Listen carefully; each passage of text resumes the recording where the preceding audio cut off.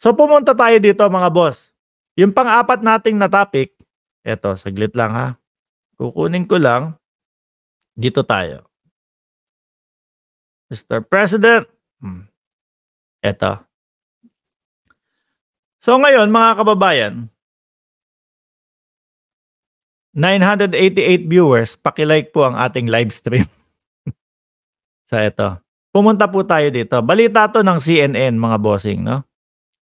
2016, ayan. A tribunal in the, paano babasahin to? Hage o Hage o Hag? Basta Hage. O yan, dyan tayo sa medyo mas close. CNN World 2016. Sabi dito mga kababayan, no? Alam nyo na po, di ba, na ipanalo ng Pilipinas yung ruling niyan in favor. Ayan, nakasulat. In 2016, a tribunal in The Hague ruled in favor of the Philippines in a maritime dispute, concluding China has no legal basis to claim historic rights to the bulk of the South China Sea. Kasi po mga bossing, napaka-imposible nung 9-dash line, 10-dash line nila no? Giruin mo talagang para masabi na kanila yun, sinakop na yung buong sinakop na yung buong South, yung South nila, no? So naipanalo natin yan mga kababayan. Napatunayan na talagang sa Pilipinas yung mga yan, no? So aangat tayo dito. Speaking to reporters in the Philippines on Tuesday, Duterte said that she had promised him a majority stake in a joint oil and gas exploration venture that could fall within Manila's exclusive economic zone o yung EEZ. If the Philippines ignores the decision by the Permanent Court of Arbitration, according to CNN affiliate CNN Philippines, mga kababayan. So sinasabi dito, mga kababayan, no?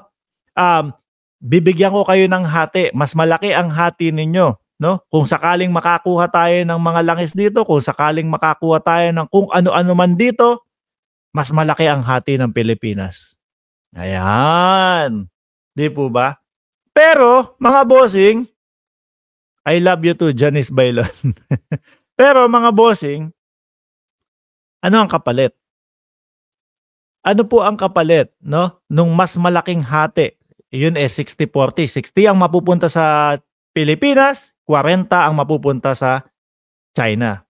Doon pa lang po sa hatian na yon, mga kababayan, magtataka ka na Magtataka ka na. Kung sila talagang ipipilit nila na kanila ang West Philippine Sea, no? Mga bossing, bakit sila papayag ng 40 lang sila at 60 ang Pilipinas? Di po ba? Kung ikaw, alam mo sa sarili mo na kunyari, itong bahay na to ay sa akin talaga. Tapos meron nagsasabi, hindi, sa amin yan, ganito, ganyan. O kung gusto mo, hati na lang tayo. O 60 ka, 40 ako. Magkaroon naman lang sila ng hati doon. Bakit sila papayag? Di ba mga kababayan? Pero tumuloy tayo. Ano yung kapalit nung mas malaki ang hati nila? No? Kung sakaling makakita ng langis dyan, kung sakaling makakita ng kung ano-ano dyan, hati. Mas malaki ang lamang ng Pilipinas. Mas malaki ang makukuha ng Pilipinas. Ano ang kapalit, mga bossing? Eto, bandang ilalim natin. Angat natin. Set aside the arbitral ruling, mga kababayan. Duterte said, yan. Isang tabi, wag mo na i-discuss o wag mo nang bulat-latin, wag mo nang pag-usapan na kayo yung nanalo doon sa Hague. Hague ba yung basa dyan? Wag mo nang bulat-latin 'yon, wag nang pag-usapan 'yon. 60-40 tayo, no? I-set aside mo na 'yon, no? Set aside your claims. Ayan, nako po. Kaya po yata lalong tumitindi ang mga Chino, no? Set aside your claims, then allow everybody connected with the Chinese companies. They want to explore. And if there is something, oh yan, di ba? They said, we would be gracious enough to give you 60%. They will only get 40%.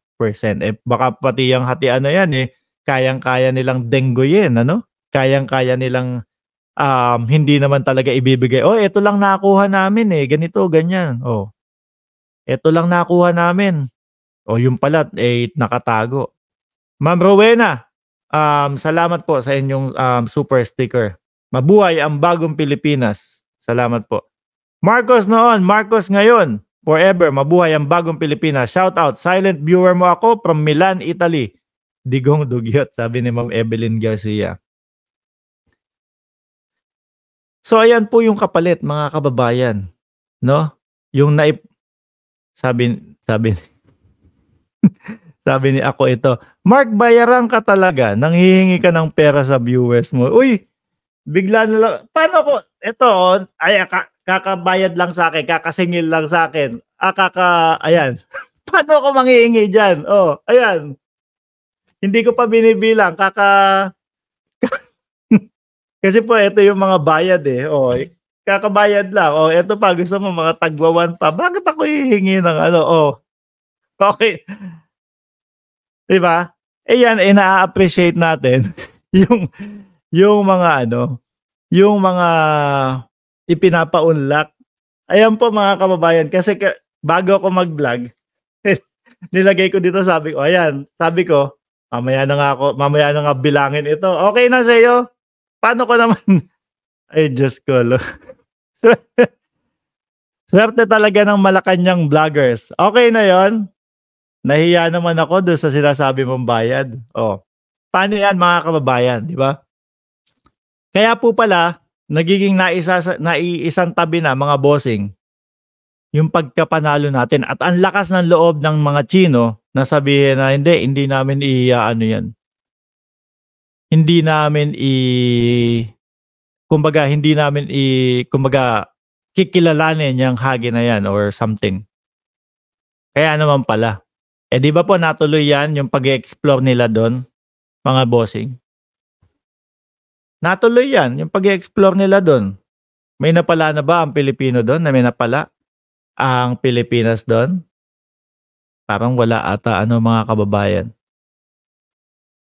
So sa madaling salita po mga kababayan, yung tubig at pagkain, no? Hindi sa panahon ni Pangulong Duterte nag-umpisa. Pero parang nadagdagan sa panahon ni Pangulong Duterte, no? Kasama na dito yung kakabanggit lang po mga kababayan ng nung pagtanggal ng BRP Sierra Madre. Di po ba? Pagtanggal ng BRP Sierra Madre mga boss. Mismong sa China na po nanggaling yan. Kaya umiinit ang tensyon kasi hindi sinusunod ng presidente ngayon yung napag-usapan na tanggalin yung BRP Sierra Madre. Hehehe. Kayo po ang humusga mga bossing. No? Nadagdagan at nadagdagan? Tama ba si Mark Ramos? O mali? Ngayon, mga kababayan, dahil nga po itong ang dami na, nagkakapatong-patong na po mga bossing no?